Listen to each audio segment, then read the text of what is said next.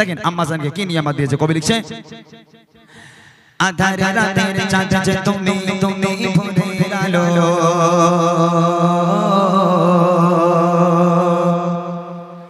তোমায় যখন দেখি আমার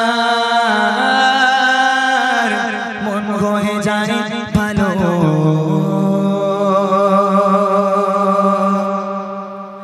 আধার রাতের চাঁদ যে তুমি তুমি ভোরের আলো, তোমায় যখন দেখে আমার মন হয়ে যায় ভালো। আধার রাতের চাঁদ যে তুমি তুমি ভোরের আলো, তোমায় যখন দেখে আমার মন হয়ে যায় ভালো। ও গো মা, ও গো মা, ও গো মা, ও গো মা, ও গো মা, আধার রাতের চাঁদ যে তুমি তুমি ভোরের আলো, তোমায় যখন দেখে আমার মন হয়ে যায় ভালো। আধার রাতের চাঁদ যে তুমি তুমি ভোরের আলো, তোমায় যখন দেখে আমার মন হয়ে যায় ভালো। ও গো মা, ও গো মা, ও গো মা, ও গো মা, ও গো মা, আধার রাতের চাঁদ যে তুমি তুমি ভোরের আলো, তোমায় যখন দেখে আমার মন হয়ে যায় ভালো। আধার রাতের চাঁদ যে তুমি তুমি ভোরের আলো, তোমায় যখন দেখে আমার মন হয়ে যায় ভালো। বাচ্চাকে জন্ম দেয়, রাতের বেলা শুয়ে আছে মা, ওই বাচ্চা মায়ের কোলের উপর পায়খানা করে দিল, পেশাব করে দিল, কতই না জ্বালাতন করে। একটা বারের জন্য কেউ বলতে পারবেন কোন মা তার সন্তানকে মেরে সন্তানকে বলছে যা দূর হয়ে যা, হতচ্ছাড়া, আজ থেকে তুই অন্য ঘরে ঘুমাবি, আমি অন্য ঘরে ঘুমাবো, তুই আমাকে রাত্রে ঘুমাতে দিস না, তুই খেতে দিস না? কোনো মা কোনো সন্তানকে এরকম বলতে পারে? রাত্রেবেলা ঘুমোতে দেয় না, মায়ের কোলে পায়খানা করলো, পেশাব করলো, তারপরেও সেই মা সুন্দর করে পোছাপুছি করে সুন্দর করে পরিষ্কার করে দিয়ে সন্তানকে ঘুম পাড়িয়ে সেই মা রাত্রের বেলা গোসল করে নিজেকে পাক পবিত্র করার জন্য।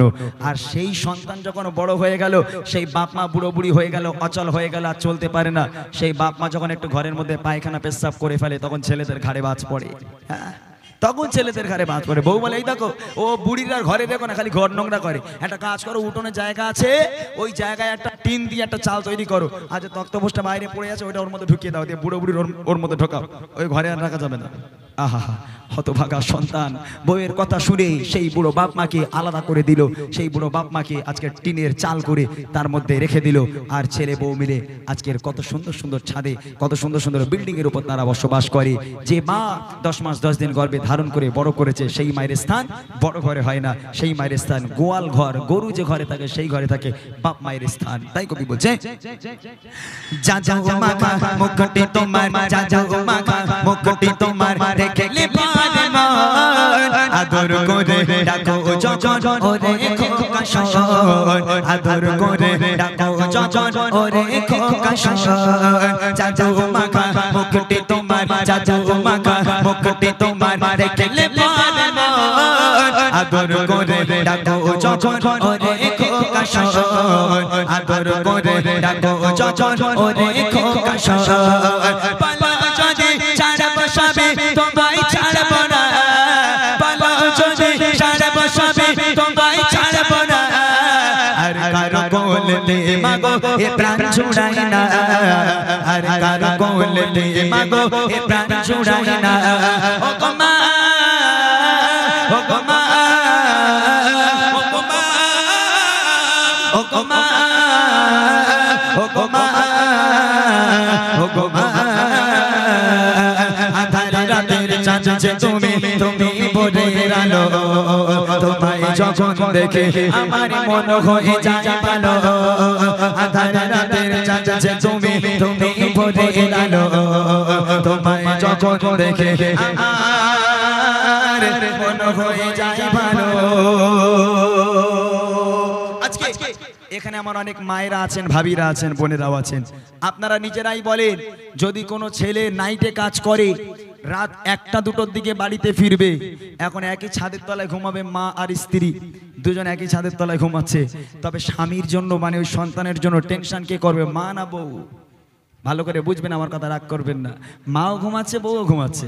এখন মা ঘুমের ঘরে স্বপ্ন দেখছে আমার ছেলেটা কোন সকালে দুটো পান্তা খেয়ে বেরিয়ে গেল, রাত 1টা বাজে এখনো বাড়িতে এলো না, না জানি রাস্তাঘাটে কোনো বিপদ হলো কিনা। আহা, মা ঘুমাতে পারছে না, সারাক্ষণ উসপিস উসপিস করছে, কখন বেটা বাড়ি আসবে, বেটার চাঁদ মুখখানা দেখবো। মাই চিন্তা করে, আর বউ তো ঘুমিয়ে নাকটাকে একদম জান্নাত পর্যন্ত পৌঁছে গেছে। ওরে আল্লাহ, আজকের রবিবার, আজকের স্বামী কাজ করতে গেছে, আজকের কাজে গেছে, রবিবার আজকের মাইনে পাওয়ার কথা আছে। এখন স্ত্রী ওই কথা হচ্ছে, স্বামীটা মাইনে পেলো তো, কাল একটু ঘুরতে যাবো, কাল সোমবার কি সুন্দর হতো, মাইনেটা পেলো তো। এখন সন্তান বাড়ি এলো, দরজা নক করলো, সর্বপ্রথম বউ তো উঠবে না, মা উঠবে। উঠে দরজা খুলে সোনার চাঁদ মুখখানা দেখে বলবে, হ্যাঁ রে খোকা, এত লেট হলো কেন রে বাবা? মা, রাস্তায় জাম ছিল তাই লেট হয়ে গেছে। মা বলবে, ঠিক আছে বাবা, জানি একটু পানি এলো, তুই যা তাড়াতাড়ি করে হাত মুখ দিয়ে খাওয়া দাওয়া করে ঘুমিয়ে পড় বাবা, আমি একটু আরামে ঘুমাই। মা চলে গেলে। আর যদি বেতালে বউ ওঠে, রাগ করবেন না আপনারা মায়েরা ভাবিরা, আমি আপনাদের বোঝাচ্ছি মা কি জিনিস। যদি বেতালে বউ ওঠে, উঠে একবারও জিজ্ঞেস করবে, এই দেখো এত লেট হয়েছে কেন, হ্যাঁ কিছু খেয়েছো কিনা জিজ্ঞেস করবে। ওর তো টেনশন হয়েছে আজকের মাইনে পাওয়ার কথা, একদম চোখ ঢলতে ঢলতে বলবে, এই দেখো মাইনে পেয়েছো? বলে বলছি আগে ঘরে যাই। বলে ঘরে উঠতে দেবো না, আগে মাইনে পেয়েছো কি বলো। কাল ঘুরতে যেতে হবে, যদি মাইনে পাও তাহলে ঘরে ওঠো, নইলে বেরিয়ে যাও, মাইনে নিলে তো আবার ঢুকবে। রাগ করবেন না। আল্লাহ পাক বলে, ওয়াকাদা রব্বুকা আল্লা তা'বুদু ইল্লা ইয়্যাহু ওয়া বিল ওয়ালিদাইনি ইহসানা।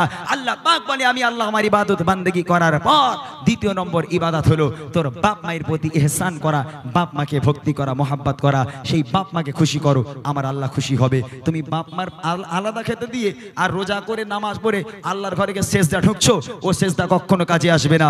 তোমার মায়ের পায়ের তলার জান্নাতকে আগে হাসিল করো, তারপর আল্লাহর জান্নাতের আশা করো। মায়ের জান্নাত ছাড়া আল্লাহর জান্নাত কখনো পাওয়া যাবে না। তাই শেষ কথা কবি লিখছে, তোমার মতো এত ইবাদত, তোমার মতো এত ইবাদত কেউ তো করে না। সবার থেকে প্রিয় তুমি, তুমি আমার মা। সবার থেকে প্রিয় তুমি, তুমি আমার মা। মতো এত আদর, তোমার মতো এত আদর কেউ তো করে না। সবার থেকে প্রিয় তুমি, তুমি আমার মা।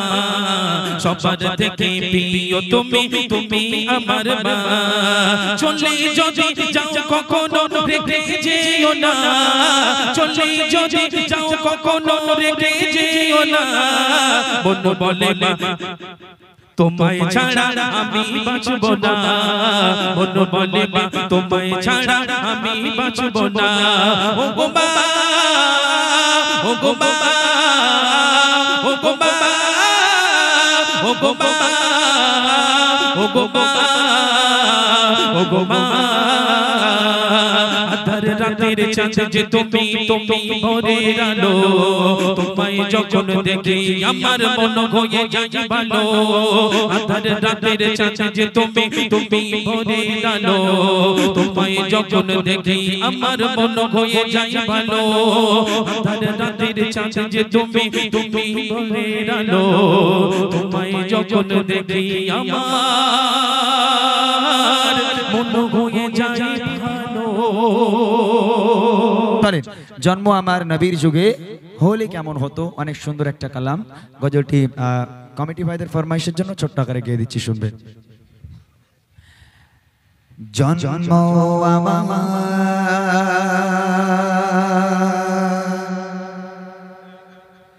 ইয়া রাসূলুল্লাহ,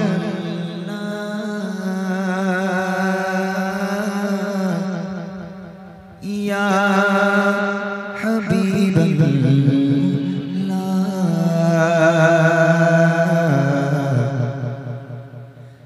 জন্ম আমার নবী যুগে হলে কেমন হতো। জন্ম আমার নবী যুগে হলে কেমন হতো। জন্ম আমার নবী যুগে হলে কেমন হতো।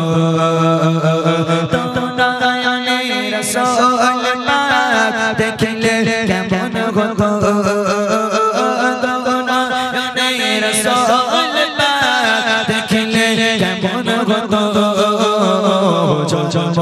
আমার নবী যুগে হলে কেমন হতো।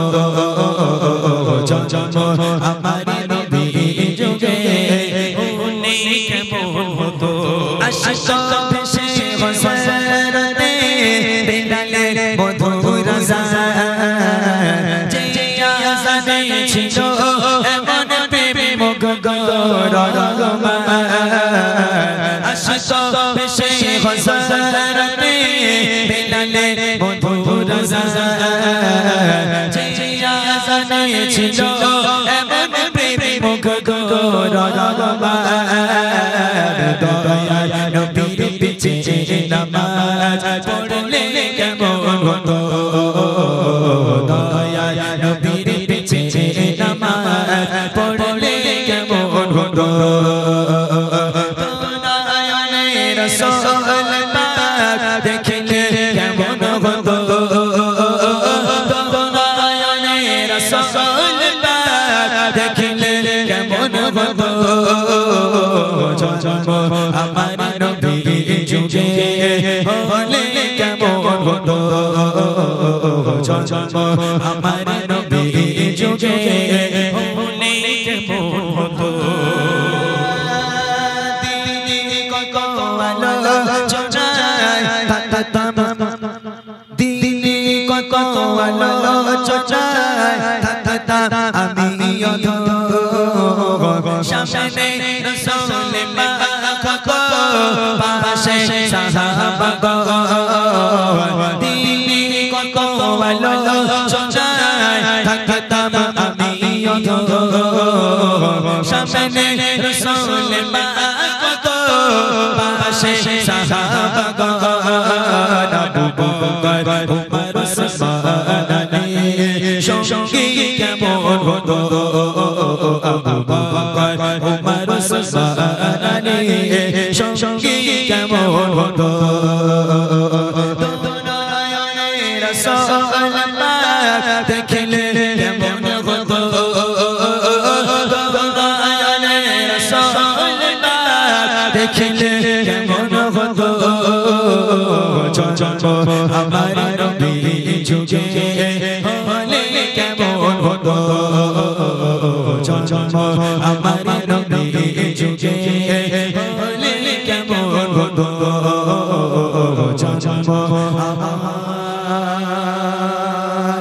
ইয়া রাসূলুল্লাহ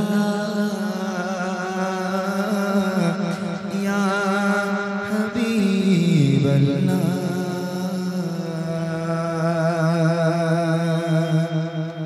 চলেন এবার ফুরফুরা শরীফকে নিয়ে গজল গাওয়ার আগে বুড়িমাটা আমি গিয়ে দিই।